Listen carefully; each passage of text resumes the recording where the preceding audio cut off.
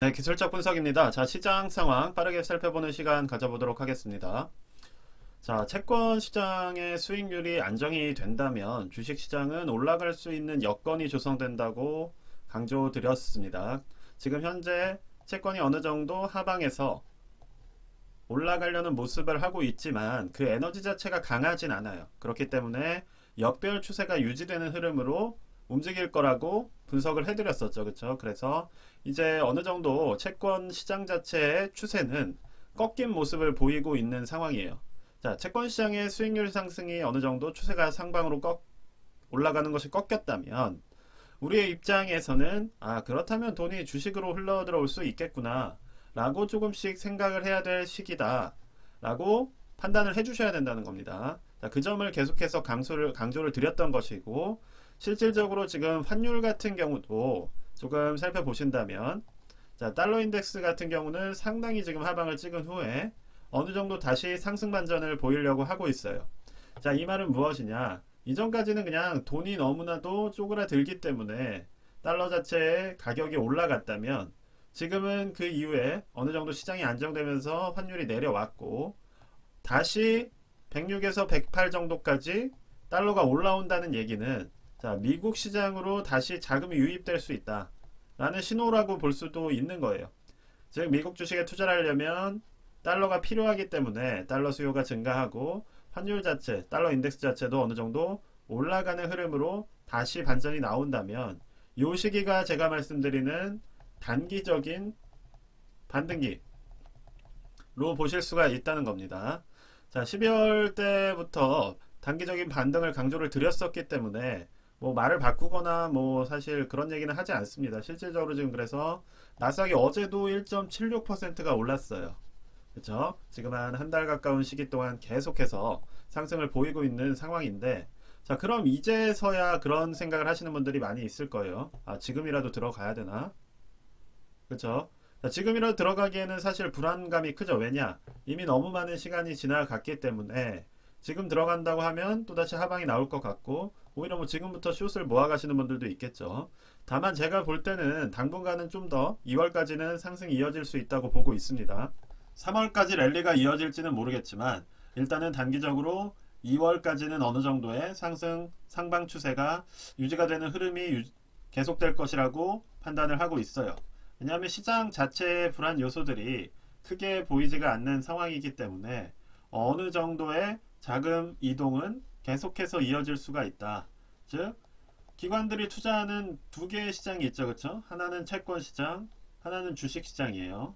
여러분이 생각하는 것보다 이쪽에 들어가 있는 돈의 비중이 상당히 큽니다. 단순히 우리가 알고 있는 대형 펀드 회사나 뭐 헤지 펀드든 뭐 여러 투자 운용사, 투자 은행 등등이 주식만 사고 있는 게 아니라는 거예요. 채권도 엄청난 비율로 보유를 하고 있습니다. 자, 그렇다면 이쪽에 가격이 지금까지 상당히 낮았고 수익률은 상당히 높았죠. 그럼 돈이 어떻게 되겠어요? 이쪽으로 넘어가겠죠. 근데 이제 이쪽은 피크아웃이 되고 있다는 거예요. 가격은 올라가기 시작하고 수익률은 떨어지기 시작하는 그러한 타이밍이 왔다는 겁니다. 자, 그럼 돈이 다시 이쪽으로 올 수가 있는 이동을 시작하는 그런 비중 전환이 지금 시작되는 단계일 수 있다는 겁니다. 자, 그래서 이미 풀려있는 돈은 너무나도 많았고 지금 흡수된 거는 이 정도에 불과해요.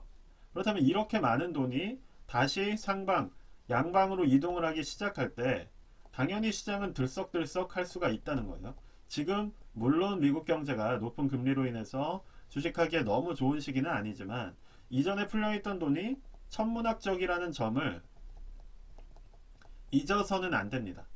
이 부분을 잊어서는 안 되고 보통 푼 게 아니라 엄청나게 풀었기 때문에 이러한 돈들이 다시 하나의 시장으로 집중되기 시작한다면 엄청난 상승이 나올 수가 있어요.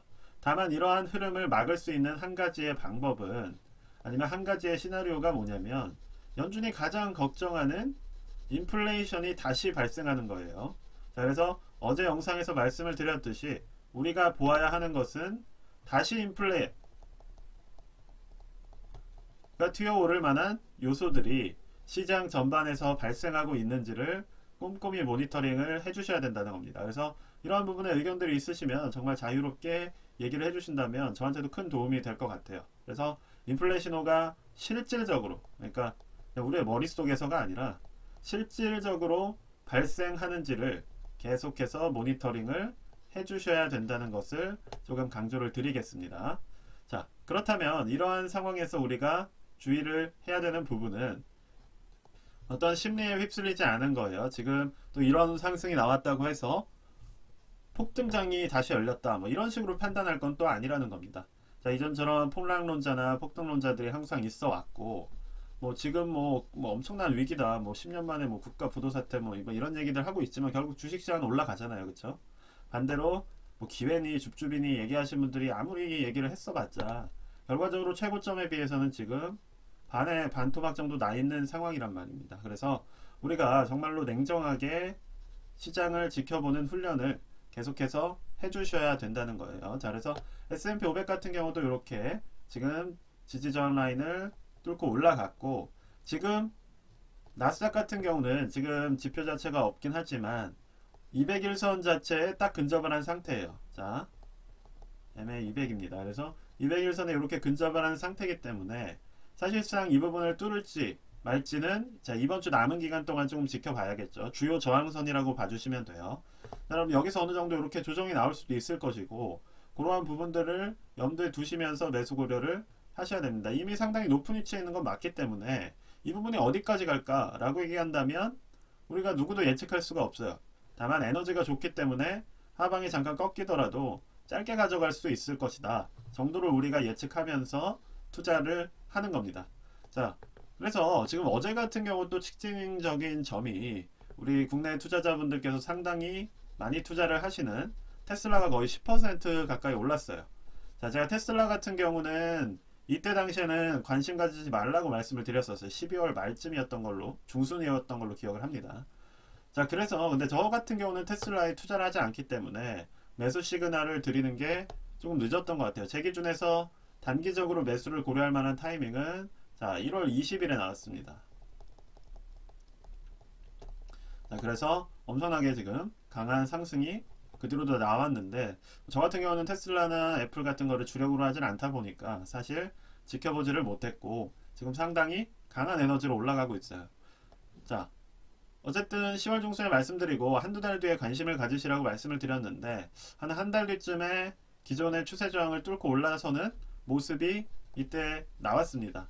자, 이때 주요한 단기 저항선을 이렇게 뚫어서 안착하는 모습이 나왔었기 때문에 저 같으면 매수를 한다고 한다면 아마 이 시점에 했을 것 같아요.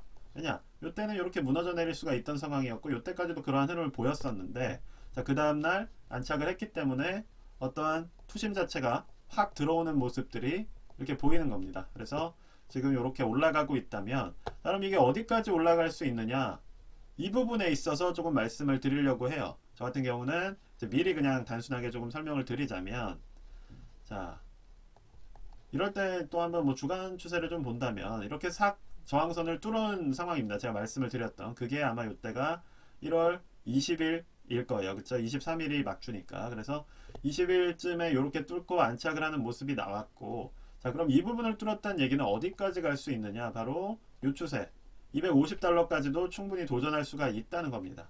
자, 그래서 테슬라를 투자하시는 분들이 계시다면 지금 망설이실 필요는 크게 없을 것 같아요. 어느 정도 시장이 안정이 된다면 지금 현재 테슬라는 250까지도 매수세가 들어오면서 도전할 수 있는 위치다. 다만 이 위에 물려 계신 분들이 있다면 그 가격까지는 못 갈 확률이 좀 있어 보인다. 왜냐, 이 추세가 상당히 강할 확률이 높아요. 그래서 이거를 또 맞고 떨어지게 된다면 워낙 테슬라는 리스크가 많기 때문에 또 다시 투매가 확 쏟아질 수 있는 위험성이 있다. 이렇게 정리를 드릴 수 있을 것 같습니다. 그래서 지금 테슬라 지켜보고 계신 분들이 있다면 단기적으로는 매수 고려해도 괜찮은 위치라고 보여집니다. 그리고 저항선과의 거리가, 주요 저항선과의 거리가 지금 상당히 높기 때문에 1차적으로는 매물대 자체가 이 부분에 집중이 되어 있어서 자, 210달러 정도 수준에서 한 번 더 맞고 떨어질 수도 있어요. 즉, 그래서 주요 저항선이 200과 250달러에 있는 것인데, 어쨌든 지금 160달러이기 때문에 충분히 이득 구간 자체가 상당히 넓어서 한번 배팅을 해보실 만한 그러한 구간이라고는 저는 판단을 합니다. 뭐 매수 자체를 항상 사면 안 된다라고 얘기하는 사람이 아니에요, 저는. 그래서 충분히 지금은 수익 구간을 낼 만한 폭 자체가 넓기 때문에 관심을 가져주신다면 단기적으로 이득 충분히 보실 수 있는, 즉 시장이 무너져 내리지만 않는다면 나스닥은 어쨌든 지금 테슬라가 주도하면서 끌고 가는, 아니면 뭔가 대장주까지는 아니어도 준대장주처럼 지금 팍팍 하루에 몇십 조씩 돈이 왔다 갔다 하고 있기 때문에 충분히 노려볼 만한 포지션이다 라고 말씀을 드릴 수 있을 것 같습니다. 자, 저 같은 경우는 사실 역별 투자를 선호하지 않기 때문에 사실 자주 보질 않았던 거고, 뭐 그게 아니라 특정한 종목에 대해서 투자하시는 걸 좋아하는 분들도 또 많기 때문에 이런 말씀을 드린 거예요. 자, 그래서 전체적으로 이제 시장을 좀 정리를 해보자면, 반도체 같은 경우는 이제 나스닥을 주도하는 흐름에서 어느 정도 조금 내려오는 모습이에요. 자, 반도체가 조금 강하게 밀고 끌고 가는 모습을 보이다가 최근에는 그냥 나스닥과 비슷한 흐름으로 가고 있다, 이렇게 이해를 해주셔도 될 것 같습니다. 그래서 반도체 쪽으로 들어갈 거였다면 조금 더 빨리 들어가셨어야 되고, 자, 이제 그럼 돈이 어디로 가는지 한번 살펴보시면서 주요 상승이 나온 대형주들을 조금 살펴보신다면 지금 어느 섹터가 주목을 받고 있는지도 아실 수 있을 것 같아요. 그래서 그러한 부분들을 좀 공부를 해주시면서 살펴보시면 좋을 것 같습니다. 자, 이거 뭐 FNGU나 불주 같은 이제 주요 대형주 ETN 같은 경우도 상당히 좋은 흐름 보이고 있습니다. 물론 상승에 막빠지긴 하지만 좀 더 이어갈 수 있다고 보여지고, 자, 실적 이슈도 상당히 영향을 많이 받는 그러한 ETN이기 때문에 그 부분만 좀 염두에 두면서 보신다면 결국 시장을 따라서 갈 것 같아요. 자, 지금 대부분이 시장을 따라서 간다, 이렇게 이해해 주시는 게 가장 명확합니다. 세배 레버리지를 하시는 분들은 시장을 역행하지 마라 라는 말을 마음에 새기시고 투자를 하신다면 어느 정도 이 흐름에서는 수익을 보실 수 있다고 생각을 해요. 자, 어쨌든 지수 플레이는 가장 큰 시장 흐름을 추종하는 것이기 때문에 그런 분들이 거시적인 어떤 이야기나 제가 말씀드리는 정말 거시적인 그러한 이슈들에 소홀하시고 오히려 미시적인 이슈들, 뭐 FOMC, 뭐 위원, 뭐 연준 위원이 말하는 거 하나하나, 뭐 이런 것들은 잔잔한 그런 뭔가 자잘한 얘기입니다. 사실 우리가 봐야 되는 거는 큰 흐름이에요. 인플레가 잡히느냐, 채권이 시장이 어떻게 움직이느냐, 이런 걸 판단을 할 수 있어야 우리가 투자를 하는 것이지, 그러한 잔잔한 이슈들에 매몰이 돼서는 정말로 이 시장을 정말 우리가 확률 높게 예측하기 어렵다, 이런 말씀을 조금 드리도록 하겠습니다. 그래서 오늘 영상은 여기까지만 말씀드리도록 하겠고요. 영상이 도움이 되셨으면 구독과 좋아요 부탁드립니다. 감사합니다.